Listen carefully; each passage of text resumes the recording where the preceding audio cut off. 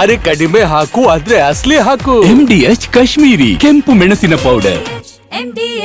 ಧರ್ಮಸ್ಥಳದಲ್ಲಿ ನೂರಾರು ಶವ ಹೂತಿಟ್ಟ ಪ್ರಕರಣಕ್ಕೆ ಮತ್ತೊಂದು ಟ್ವಿಸ್ಟ್ ಸಿಕ್ಕಿದೆ. ಅದೇನಂದ್ರೆ ಬುರುಡೆ ಷಡ್ಯಂತ್ರ ರಚನೆ ಆಗಿದ್ದೆ ಬೆಂಗಳೂರಿನಲ್ಲಿ ಅನ್ನೋ ಶಂಕೆ SITಗೆ ಬಂದಿದೆ. ಈ ಮಧ್ಯೆ ಜಯಂತ್ ಮಾಸ್ಕ್ ಮ್ಯಾನ್ ಕುರಿತು ಆಡಿರುವಂತಹ ಮಾತು, ಸುಜಾತಾ ಭಟ್ ಹೇಳಿದಂತಹ ಸಂಗತಿ ಹೊಸ ದಿಕ್ಕಿನತ್ತ ಕೇಸನ್ನ ತಿರುಗಿಸಿದೆ.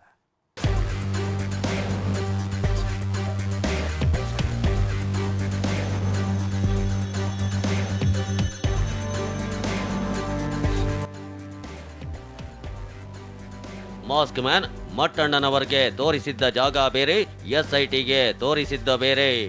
ಗಿರೀಶನ್ನಿಗೆ ಜಾಗ ಎಲ್ಲ ತೋರಿಸಿದ್ದಾರೆ, ಆ ನಂತರ ಬೇರೆ ಬೇರೆ ಜಾಗ ತೋರಿಸ್ತಾ ಇದ್ದಾರೆ.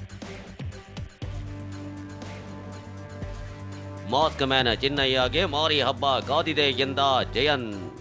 ಒಂದೊಂದು ಕಡೆಯಿಂದ ಎಲ್ಲವನ್ನೂ ರಿಪೋರ್ಟ್ ಮಾಡಲಿ ಸರ್, ಆ ನಂತರ ಮಾರಿ ಹಬ್ಬ ಇರ್ಬೋದು.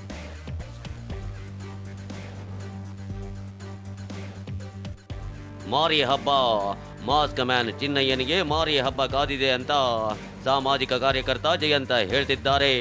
ಬೆಂಗಳೂರಿನ ಜಯಂತ ನಿವಾಸದಲ್ಲಿ SIT ಮಹಜರು ಮಾಡಿರೋ ಹೊತ್ತಲ್ಲೇ ಜಯಂತ್ ಆಡಿರೋ ಈ ಮಾತು ಇಡೀ ಪ್ರಕರಣಕ್ಕೆ ಹೊಸ ತಿರುವು ಕೊಡುತ್ತಾ ಅನ್ನೋ ಪ್ರಶ್ನೆ ಹುಟ್ಟಿಸಿದೆ. ಸುಜಾತಾ ಭಟ್ ನಂಬಿ ಮೋಸ ಹೋದ್ವಿ ಅಂತ ಹೇಳಿರೋ ಜಯಂತ್, ಚಿನ್ನಯ್ಯನನ್ನ ನಂಬಿ ಮೋಸ ಹೋಗಿಲ್ಲ, ಅವನೇ ಮೋಸ ಮಾಡ್ತಿದ್ದಾನೆ. SIT ಅವರು ಅವನಿಂದ ಎಲ್ಲವನ್ನೂ ಬಾಯಿ ಬಿಡಿಸ್ತಾರೆ ಎಂದಿದ್ದಾರೆ. ತನಿಖೆ ಮುಗಿದ ಮೇಲೆ ಸದ್ಯ ಧರ್ಮಸ್ಥಳದಲ್ಲಿ ಮತ್ತೆ SIT ಗುಂಡಿ ತೋಡಿ ಶವ ಶೋಧಿಸುತ್ತಾರೆ ಎಂದಿದ್ದಾರೆ. ಸುಜಾತ ವಿಷಯದಲ್ಲಿ ನಂಬಿ ಮೋಸ ಹೋಗಿರೋದು ಅದು ದೊಡ್ಡ ತಪ್ಪು ಮಾಡಿದ್ವಿ. ಆದರೆ ಚಿನ್ನೈ ವಿಷಯದಲ್ಲಿ ನಂಬಿ ಮೋಸ ಹೋಗಿಲ್ಲ, ಅವ ಮೋಸ ಮಾಡ್ತಾ ಇದ್ದಾನೆ. ಆದರೆ SIT ಅವರು ಬಾಯಿ ಬಿಡಿಸಿಯೇ ಬಿಡಿಸ್ತಾರೆ. ಇವಾಗೆಲ್ಲ ಕೆಲಸ ಮುಗಿಲಿ ಸರ್, ಒಂದೊಂದು ಕಡೆಯಿಂದ ಎಲ್ಲವನ್ನೂ ರಿಪೋರ್ಟ್ ಮಾಡಲಿ ಸರ್, ಆ ನಂತರ ಅವನಿಗಿರುತ್ತೆ. ಅವಾಗ ಮಾರಿ ಹಬ್ಬ ಇರ್ಬೋದು. ಹೌದು, ಅದು ಸತ್ಯ ಹೊರಗೆ ಬರುತ್ತೆ, ಬರಲೇಬೇಕು. ಇದು ಇವಾಗ ತೆಗೆದಾರಲ್ಲ, ಅಕ್ಕಪಕ್ಕದಲ್ಲಿ ಇನ್ನೂ ತೆಗೆದೇ SIT ಅವರು 100% ತೋರಿಸ್ತಾರೆ. ಅವಾಗ ನಮಗೆ ಗಿರೀಶನ್ನಿಗೆ ಜಾಗ ಎಲ್ಲ ತೋರಿಸ್ತಾರೆ, ಆ ನಂತರ ಬೇರೆ ಬೇರೆ ಜಾಗ ತೋರಿಸ್ತಾ ಇದ್ದಾರೆ. ಇದೇನು ಉದ್ದೇಶ ಏನಾಗಿರ್ಬೋದು, ಯಾರಂಗಾದ್ರೆ ಬೆದರಿಕೆ ಆಗಿರ್ಬೋದು, ಅದು ಗೊತ್ತಾಗಬೇಕಲ್ಲ ಸರ್. ಜಯಂತ್ ಹೇಳೋ ರೀತಿ ನಿಜವಾಗಿಯೂ ಪ್ರಕರಣಕ್ಕೆ ಇಂತಹದ್ದೊಂದು ತಿರುವು ಮತ್ತೆ ಸಿಗುತ್ತಾ ಗೊತ್ತಿಲ್ಲ. ಆದ್ರೆ SIT ಅಧಿಕಾರಿಗಳು ಬುರುಡೆ ಷಡ್ಯಂತ್ರ ರಚನೆ ಆಗಿದ್ದಲ್ಲಿ ಹೇಗೆ, ಸುಪ್ರೀಂ ಕೋರ್ಟ್ ವರೆಗೂ ಬುರುಡೆ ಹೋಗಿದ್ದು ಹೇಗೆ ಅನ್ನೋದನ್ನ ಪತ್ತೆ ಹಚ್ಚಿದ್ದಾರೆ.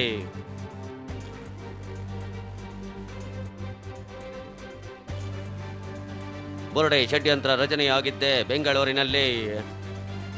ಹೌದು, ಧರ್ಮಸ್ಥಳದಿಂದ ಬೆಂಗಳೂರಿಗೆ ಜಾಡು ಹಿಡಿದು ಬಂದ SITಗೆ ಇಡೀ ರಾಜ್ಯವೇ ಬೆಚ್ಚಿ ಬೀಳೋ ಸ್ಫೋಟಕ ಅಂಶಗಳು ಸಿಕ್ಕಿವೆ. ನಿನ್ನೆಯಷ್ಟೇ ಪೀಣ್ಯದಲ್ಲಿರೋ ಜಯಂತ ಮನೆಯಲ್ಲೂ ಚಿನ್ನಯ್ಯನ ಸಮ್ಮುಖದಲ್ಲೇ ಸ್ಥಳ ಮಹಜರು ಮಾಡಲಾಗಿತ್ತು.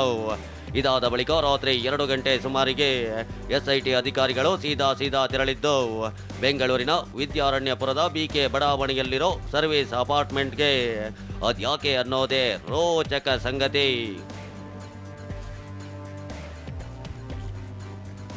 ಅಂದಹಾಗೆ ಕಳೆದ ಏಪ್ರಿಲ್ ತಿಂಗಳು ಪೂರ್ತಿ ಬುರುಡೆ ಕುರಿತು ಚಿನ್ನಯ್ಯ ಅಂಡ್ ಗ್ಯಾಂಗ್ ಪ್ಲಾನ್ ರೂಪಿಸಿದ್ದ ಬಗ್ಗೆ SITಗೆ ಮಾಹಿತಿ ಸಿಕ್ಕಿದೆ. ಬೆಂಗಳೂರಿನ ವಿದ್ಯಾರಣ್ಯಪುರದ BK ಬಡಾವಣೆಯಲ್ಲಿರೋ ಸರ್ವಿಸ್ ಅಪಾರ್ಟ್ಮೆಂಟ್ನಲ್ಲಿ ಚಿನ್ನಯ್ಯ, ಮಹೇಶ್ ತಿಮರೋಡಿ, ಗಿರೀಶ್ ಮಟ್ಟಣ್ಣನವರ್, ಸುಜಾತಾ ಭಟ್ ಮತ್ತು ಜಯಂತ್ ಸೇರಿಕೊಂಡು ಬುರುಡೆ ಬಗ್ಗೆ ಚರ್ಚಿಸಿದ್ರು ಅಂತ ಗೊತ್ತಾಗಿದೆ. ಇದೇ ಅಪಾರ್ಟ್ಮೆಂಟ್ಗೆ ಬುರುಡೆ ತಂದು ಚರ್ಚಿಸಿ ಶವ ಹೂತಿದ್ದ ಬಗ್ಗೆ ಷಡ್ಯಂತ್ರ ರೂಪಿಸಿದ್ರಂತೆ. ವಿಷಯ ಅಂದ್ರೆ ಈ ಸರ್ವಿಸ್ ಅಪಾರ್ಟ್ಮೆಂಟ್ ಮಟ್ಟಣ್ಣನವರ್ ನಿವಾಸದಿಂದ ಕೇವಲ 1.5 ಕಿಲೋಮೀಟರ್ ದೂರ ಆಗಿದೆ. ಹೀಗಾಗಿ ನಿನ್ನೆ ರಾತ್ರಿ 2 ಗಂಟೆ ಸುಮಾರಿಗೆ SIT ಅಧಿಕಾರಿಗಳು ಈ ಅಪಾರ್ಟ್ಮೆಂಟ್ಗೆ ಎಂಟ್ರಿ ಕೊಟ್ಟು ಇಂದು ಮಧ್ಯಾಹ್ನದವರೆಗೂ ಮಹಜರು ನಡೆಸಿದ್ದಾರೆ. CCTV ದೃಶ್ಯಗಳನ್ನ ಪರಿಶೀಲಿಸಿದ್ದು ಸಿಬ್ಬಂದಿ ಬಳಿಯೂ ಮಾಹಿತಿ ಸಂಗ್ರಹಿಸಿದ್ದಾರೆ. ಇನ್ನು ಇದೇ ಬುರುಡೆ ಗ್ಯಾಂಗ್ ವಿದ್ಯಾರಣ್ಯಪುರದ ತಿಂಡ್ಲೋ ಸರ್ಕಲ್ನಲ್ಲಿರೋ ಲಾಡ್ಜ್ನಲ್ಲಿ ಉಳಿದುಕೊಂಡಿತ್ತು. ಅಲ್ಲಿಗೂ ಬಂದ SIT ಅಧಿಕಾರಿಗಳು ಲಾಡ್ಜ್ನ CCTV DVR ಲೆಡ್ಜರ್ ವಶಕ್ಕೆ ಪಡೆದಿದ್ದಾರೆ. ಲಾಡ್ಜ್ ಅಪಾರ್ಟ್ಮೆಂಟ್ ಅಷ್ಟೇ ಅಲ್ಲ, ಈ ಬುರುಡೆ ಗ್ಯಾಂಗ್ ಸುಪ್ರೀಂ ಕೋರ್ಟ್ ವರೆಗೂ ಹೋಗಿದ್ದ ವಿಚಾರದ ಅಸಲಿಯತ್ತ ಕೂಡ ಬಯಲಾಗಿದೆ. ಬುರುಡೆ ಸಮೇತ ಸುಪ್ರೀಂ ಕೋರ್ಟ್ ಕದ ತಟ್ಟಿದ್ದ ಗ್ಯಾಂಗ್. ಸುಪ್ರೀಂ ಕೋರ್ಟ್ ಭೇಟಿ ಫೋಟೋ ರಿಲೀಸ್ ಮಾಡಿದ ಜಯಂತ್. ಹೌದು, ಬ್ಯಾಗ್ನಲ್ಲಿ ಬುರುಡೆ ಇಟ್ಕೊಂಡು ಈ ಗ್ಯಾಂಗ್ ಸುಪ್ರೀಂ ಕೋರ್ಟ್ನಲ್ಲೂ ಅರ್ಜಿ ಸಲ್ಲಿಸಿತ್ತು. ವಧು ಜಯಂತ್ ಸುಪ್ರೀಂ ಕೋರ್ಟ್ಗೆ ಹೋಗಿದ್ದರ ಕುರಿತು ಫೋಟೋ ರಿಲೀಸ್ ಮಾಡಿದ್ದಾರೆ.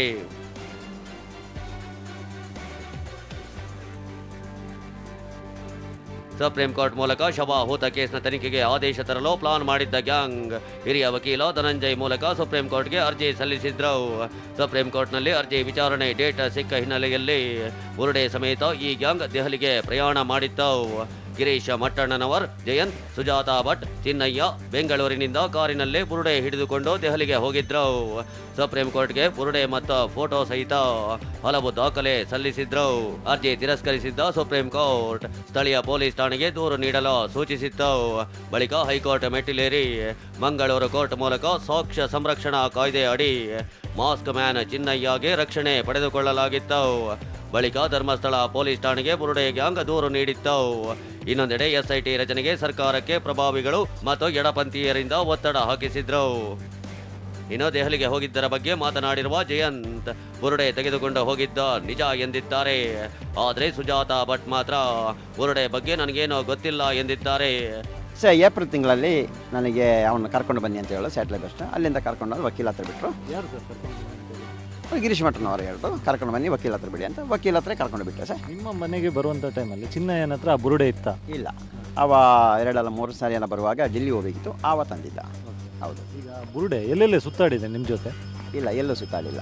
ಅಲ್ಲಿಂದ ಮನೆ ಹತ್ರ, ಮನೆ ಹತ್ತಿಂದ ಡೆಲ್ಲಿಯಿಂದ ಮಹೇಶಣ್ಣ ಮನೆಗೆ. ನನಗೆ ಯಾಕೋ ಅವರು ಕರ್ಕೊಂಡು ಹೋದರು, ಹೀಗೆ ಬರಬೇಕು ಅಂತ ಹೇಳಿ ಕರ್ಕೊಂಡು ಹೋದವಾಗ ಯಾವುದೋ ಒಂದು ವಿಚಾರವನ್ನು ನಾನು ಇನ್ನೊಂದು ಒಬ್ಬರು ಲಾಯರ್ ಹತ್ರ ನಾನು ಮಾತಾಡಬೇಕಾಗಿತ್ತು.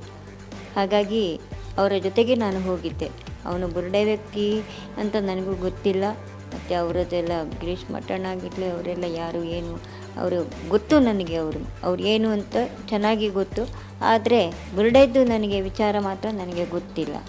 ಇನ್ನು ಸುಜಾತಾ ಭಟ್, ಗಿರೀಶ್ ಮಟ್ಟಣ್ಣನವರ್ ಹಾಗೂ ಜಯಂತ್ ವಿರುದ್ಧವೂ ಆಕ್ರೋಶ ಹೊರಹಾಕಿದ್ದು, ಅವರು ಮಾಡಿದ ಕರ್ಮ ಅವರು ಅನುಭವಿಸುತ್ತಾರೆ ಎಂದಿದ್ದಾರೆ. ಈತ ಜಯಂತ್ ಸುಜಾತಾ ಭಟ್ ನಂಬಿ ನಾವು ಮೋಸ ಹೋದ್ವಿ ಎಂದಿದ್ದಾರೆ. ಇಲ್ಲಿಗೆ ಮುಗಿಯಿತು ನಂದು ಅವರದ್ದು ಇದು. ನಾನೇನು ಅವರ ತನಕನೂ ಹೋಗಲ್ಲ.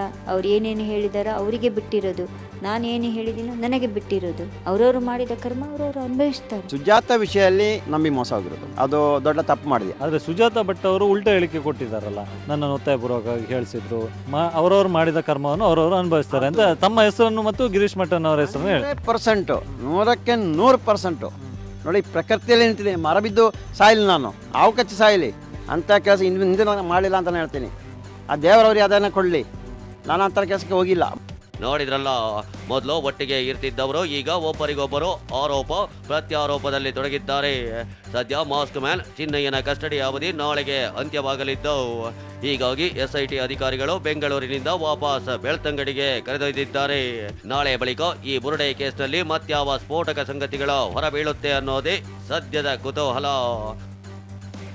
ಧರ್ಮಸ್ಥಳದಿಂದ ಅಶೋಕ್, ಪೃಥ್ವಿ ಜೊತೆ ಪ್ರದೀಪ್ ಮತ್ತು ವಿಕಾಸ್, TV9 ಬೆಂಗಳೂರು. MDH ನ ಕಿಚನ್ ಅಲ್ಲಿದ್ರೆ ನಾವು ಎಲ್ಲವನ್ನು ಮಾಡಬಹುದು. ಬೆಂಗನ್ಕ ಬರ್ತಾ, ಆಲೂ ಗೋಬಿ, ಭಿಂಡಿ ಮಸಾಲಾ, ಇನ್ನೂ ಬಹಳಷ್ಟು.